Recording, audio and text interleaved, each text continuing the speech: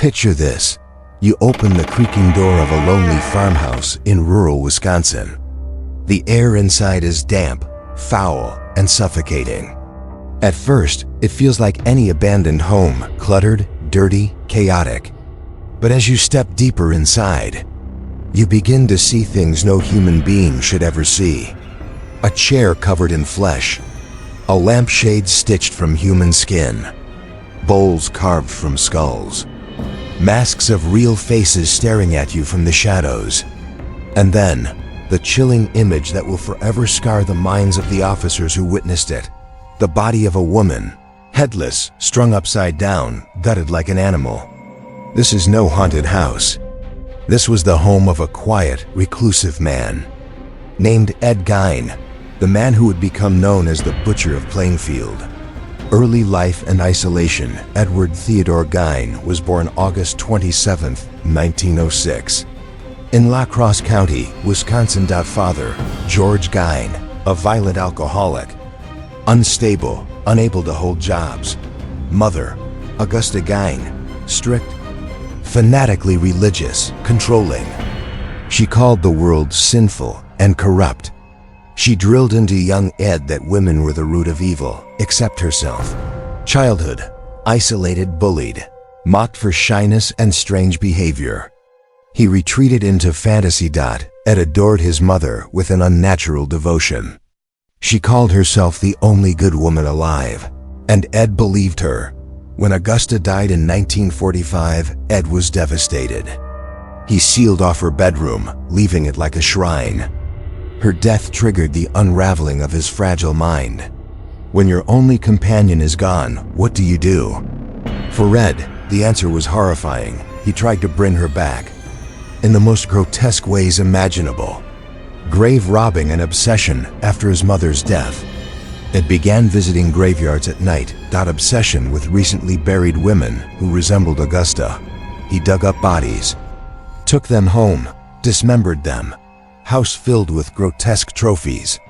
Human skulls as bowls. Skin used to upholster furniture. Lips sewn into a window. Shade pull. A belt made of nipples. A woman's suit crafted from the skins of multiple victims.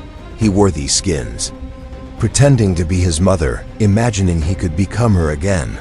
Neighbors thought Ed was odd but harmless. He did odd jobs, babysat children, and seemed quiet. No one knew what was happening inside the farmhouse. How many times had they driven past that old house, never knowing the walls concealed a museum of nightmares? How many evenings did children wave to him, while his basement held unspeakable horrors? Though most of his victims were corpses, Ed committed 2 confirmed murders. Mary Hogan, 1954, tavern owner, known for her loud personality, disappeared without a trace. Locals joked, maybe she's with Ed Gein, never imagining it was true. Later, her head was found in a paper bag inside Ed's house. Hardware store owner, disappeared on November 16, 1957. Her son, a deputy sheriff, suspected Ed. Police obtained a search warrant and entered Gein's farmhouse. Police walked in, lanterns in hand. What they saw destroyed their sanity. Bernice Worden's body, decapitated, strung upside down in a shed. Gutted like a deer. Inside the farmhouse, 4 human noses in a box, a lampshade made of skin. Fingernails in a jar. Chairs upholstered with human flesh. Mask after mask. Human faces peeled away, preserved, and worn. Investigators described it as walking into hell itself. The press called it the most bizarre crime scene in American history. Imagine the silence in that house, broken only by the sound of officers choking back horror.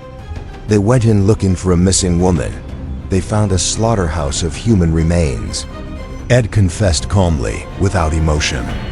He admitted to grave robbing, wearing the skins, and killing Mary Hogan and Bernice Worden. Claimed he wanted to become his mother. In 1957, he was declared legally insane, unfit for trial. Spent his life in Central State Hospital and Mendota Mental Health Institute. Died of cancer in 1984. Never showed remorse.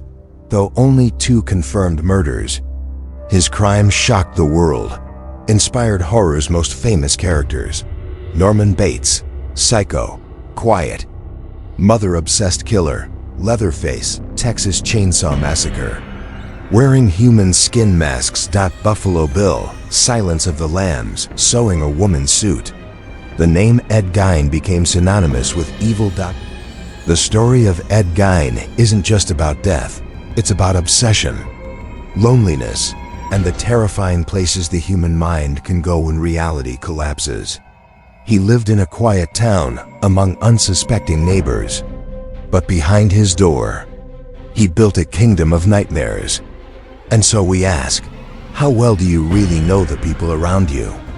What secrets might lie hidden in their homes? Could there be another Ed Gein, waiting in silence, right now?